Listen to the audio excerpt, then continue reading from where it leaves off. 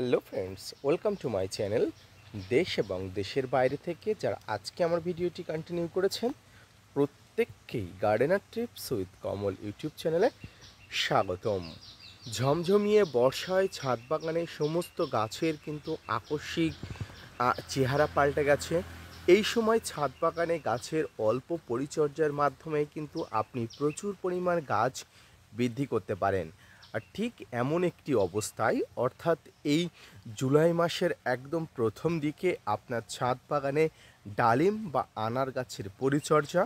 এই সময় ডালিম বা আনার গাছের যে নতুন কুড়ি বা গুটিগুলো আসছে, সেই কুড়ি বা গুটিগুলোকে আপনি কিভাবে রক্ষা করবেন, ভরা বর্ষণের মধ্য দিয়ে আপনার ছাদ বাগানে কোনো প্রকার ফাঙ্গাস বা কীটপতঙ্গর আক্রমণের হাত থেকে এই গুটিগুলোকে কিভাবে আপনি রক্ষা করবেন। সর্বোপরি গাছগুলোর টপ টু বটম আপনাকে রক্ষা করতেই হবে। তো কিভাবে রক্ষা করবেন, কিভাবে খাবার প্রয়োগ করবেন, আসুন আজকের ভিডিও থেকে বিস্তারিত তথ্য দিই।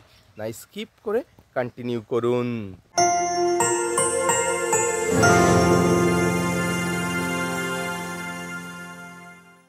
ডালিম বা আনার স্থানভেদে বিভিন্ন নামে পরিচিত হলেও আদতে ফলটি কিন্তু একই। এই মুহূর্তে আমার ছাদ বাগানে আপনারা যে ডালিম বা আনার গাছটি দেখতে পাচ্ছেন, এটা হলো পাকিস্তানি প্রজাতির একটি ডালিম বা আনার। যারা এই মুহূর্তে ডালিম বা আনার গাছের চারা রোপণ করবেন তাদেরকে বলবো, বর্ষাকাল এই মুহূর্তে আপনার ছাদ বাগানে ডালিম বা আনার গাছ অবশ্যই রোপণ করে ফেলুন। এবার আসি, অনেকে জিজ্ঞাসা করবেন ডালিম বা আনার গাছের জন্য আপনি কী ধরনের মাটি নির্বাচন করবেন। আপনার হাতের কাছে থাকা যে কোনো ধরনের মাটি আপনি নির্বাচন করতে পারেন, তবে যে কোনো গাছ রোপণের জন্য বেলেযুক্ত দোআঁশ মাটি সবচেয়ে বেশি ভালো হয়। যদি আপনার হাতের কাছে সেই ধরনের মাটি না থাকে, তবে আপনি যে এলাকাতে থাকেন সেই এলাকাতে যে মাটি পাওয়া যায় সেই মাটি নেবেন। যদি আপনার হাতের কাছে বালি মাটি অ্যাভেলেবেল পাওয়া যায়, অর্থাৎ নদীর পলি বালি মাটি অ্যাভেলেবেল পাওয়া যায়, সেটা তো খুবই উপকারী এবং খুবই গাছ রোপণের জন্য উপকারী। সেই ধরনের পাত্রে কিন্তু গাছ অবশ্যই রোপণ করবেন এবং টবের ওয়েল ড্রেনেজ সিস্টেম ঠিক করবেন। যদি সঠিক জাতের ডালিম বা আনার গাছ আনানো যায়, তাহলে 1 থেকে 1.5 বছরের মধ্যে আপনার ছাদ বাগানে প্রচুর পরিমাণ ডালিম বা আনার গাছে ফুল আসা শুরু হবে। তবে ফুল আসার আগে সর্বপ্রথম গাছকে ম্যাচুরিটি রাখতে হবে। ম্যাচুরিটি করতে গেলে আপনাকে মিনিমাম 2 বছর বয়স করতেই হবে। এই 2 বছর বয়স পর্যন্ত আপনাকে কিন্তু নিঃস্বার্থভাবে খেটে যেতে হবে। আর নিঃস্বার্থভাবে খাটার পরে আপনার ছাদ বাগানে প্রচুর পরিমাণ ডালিম বা আনার পাওয়া যাবে। যদি সেটা গ্রাফটিং গাছ হয়, যদি সেটা অথেন্টিক গাছ হয়ে থাকে। 2 বছর পরে যখন আপনার ছাদ বাগানে প্রথম ডালিম বা আনার ফল আসবে, তখন কিন্তু আপনার পরিচর্যা বাড়িয়ে দিতে হবে। বিশেষ করে এই সময়টাই বর্ষাকাল, জুলাই মাস, প্রচণ্ড বর্ষা হচ্ছে। আর এই বর্ষার ঘূর্ণিঝড়টার মধ্যে আপনার ছাদ বাগানে যদি গাছে প্রচুর ফুল আসে, তাহলে আপনাকে এক্সট্রা ফেসিলিটি তো করতেই হবে। প্রথমেই বলি, আপনার যে সমস্ত পরিপূর্ণ গাছ আছে সেই সমস্ত গাছে কি খাবার দেবেন, অনেকে প্রশ্ন করছেন। একটা কথা বলবো, এই মুহূর্তে আপনার ছাদ বাগানে কোনো প্রকার খাবার দেওয়ার দরকার নেই। কারণ প্রচণ্ড বর্ষাতে আপনার ছাদ বাগানে প্রচুর পরিমাণ খাবার দিলে সেই খাবারগুলো বাইরে বেরিয়ে যাওয়ার সম্ভাবনা থাকে। তাই অবশ্যই কোনো খাবার দিয়ে আপনার ফালতু সময় নষ্ট করার কোনো প্রয়োজন নেই। দ্বিতীয়ত যে বিষয়টি করবেন, টবের মাটিতে এই ধরনের ছোট যে গাছগুলো থাকবে, অর্থাৎ এই ধরনের যে ঘাসগুলো থাকবে, এই ঘাসগুলো অবশ্যই পরিষ্কার পরিচ্ছন্ন করবেন। কেন করবেন সে বিস্তারিত আমি একটু পরেই বলছি। এবং এরপরে যেটা করবেন সেটা হচ্ছে, গাছের গোড়ার থেকে যদি কোনো ডাল বার হয়, এই ডালগুলোকে আপনারা কোনোভাবে বাড়তে দেবেন না, ভেঙে দেবেন। কেন ভেঙে দেবেন?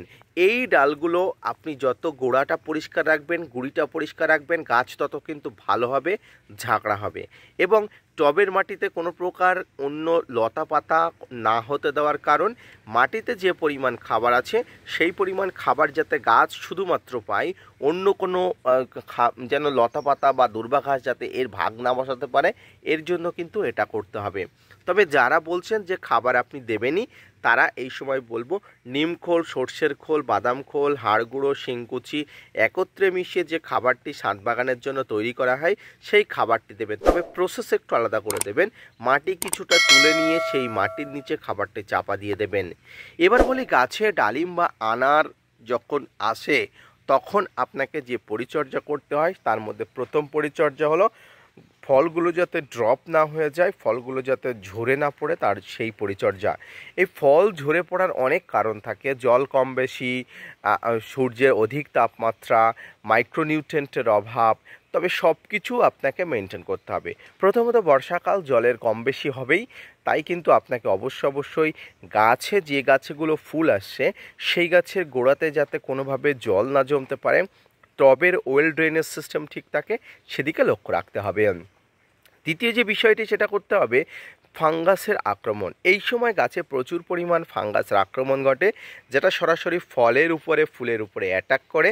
বিভিন্ন ধরনের ফাঙ্গাস কিন্তু ফল বা ফুলের উপরে অ্যাটাক করতে পারে। এই ফল বা ফুলের উপরে যাতে অ্যাটাক করে কোনো প্রকার কোনো ক্ষতি না করতে পারে, তার জন্য কিন্তু আপনাকে ফাঙ্গিসাইড প্রয়োগ করতে হবে। কি ফাঙ্গিসাইড প্রয়োগ করবেন? আপনার হাতের কাছে থাকা যে কোনো মানের যে কোনো গোত্রের ফাঙ্গিসাইড কিন্তু আপনি প্রয়োগ করবেন।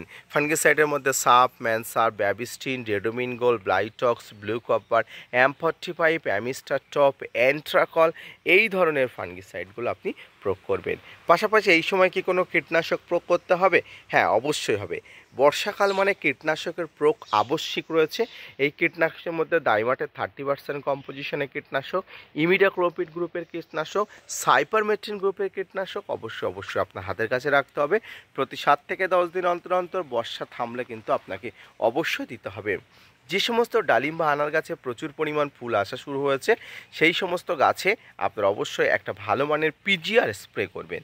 তবে পিজিআর স্প্রে করার আগে দেখবেন আকাশ কতটা পরিষ্কার থাকে, আর যদি আকাশ পরিষ্কার নাও থাকে তাও পিজিআর স্প্রে করার আগে স্টিকার জাতীয় যে আঠালো তরল পদার্থ আপনারা অবশ্যই নিয়ে নেবেন। ব্যাস এইটুকু পরিচর্যা করলে বর্ষাতে আপনাকে আর কোনো এক্সট্রা পরিচর্যা করতে হবে না। গাছ ভর্তি ফুল আসবে এবং সেই ফুলগুলো ঝরে যাতে না পড়ে তার জন্য কি করতে হবে সেটা বলে দিলাম। এবারে অনেকের মনে প্রশ্ন থাকে, প্রায় 90% আমার দর্শক বন্ধুদের মনে প্রশ্ন থাকে এবং একটা সময় আমারও যেটা ছিল, ডালিম ফুল ঝরে পড়ে কেন? দেখুন, ডালিমের যত ফুল আসে তার মধ্যে বেশিরভাগ বা অধিক অংশ কিন্তু পুরুষ ফুল আছে। আর আমরা জানি পুরুষ ফুলের কোনো কাজ নেই, তাই কিন্তু পুরুষ ফুলগুলো অটোমেটিক প্রকৃতির নিয়মে ঝরে পড়ে। এই প্রকৃতির নিয়মে ঝরে পড়াটাকে আমরা মেনে নিতে পারি না। আমরা অনেক সময় মনে করি ফুল ঝরে পড়ছে, এবং ডালিম ফুলের স্ত্রী ফুল বা পুরুষ ফুল না চিনে কিন্তু আমরা কমেন্টস করি। দেখুন, ডালিম ফুলের স্ত্রী ফুলটা নর্মালি হবে না।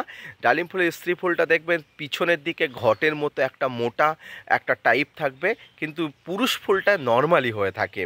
তাই আপনি স্ত্রী ফুল এবং পুরুষ ফুল দেখে তারপরে কিন্তু কমেন্টস করবেন, এবং স্ত্রী ফুল বা পুরুষ ফুল কোনটি বেশি পড়ছে সেটা বুঝে নিয়ে তারপরে কিন্তু আপনি চিন্তা ভাবনা করবেন। এইভাবে কিন্তু ছাদ বাগানের ডালিম বা আনার গাছের পরিচর্যা, খাবার প্রয়োগ, কীটনাশক ফাঙ্গিসাইড প্রয়োগ, সর্বোপরি গাছকে কিন্তু পোকামাকড়ের হাত থেকে রক্ষার জন্য যে পরিচর্যা করতে হবে তার পুঙ্খানুপুঙ্খ আমি বর্ণনা দিয়ে দিলাম। ভিডিওটি দেখে অবশ্যই গাছের পরিচর্যা করতে ভুলবেন না। আজকের ভিডিওটি এই পর্যন্ত। দেখা হচ্ছে পরবর্তীতে নতুন কোনো ভিডিও নিয়ে, নতুন কোনো তথ্য নিয়ে। ততক্ষণ সুস্থ থাকুন, ভালো থাকুন, ধন্যবাদ।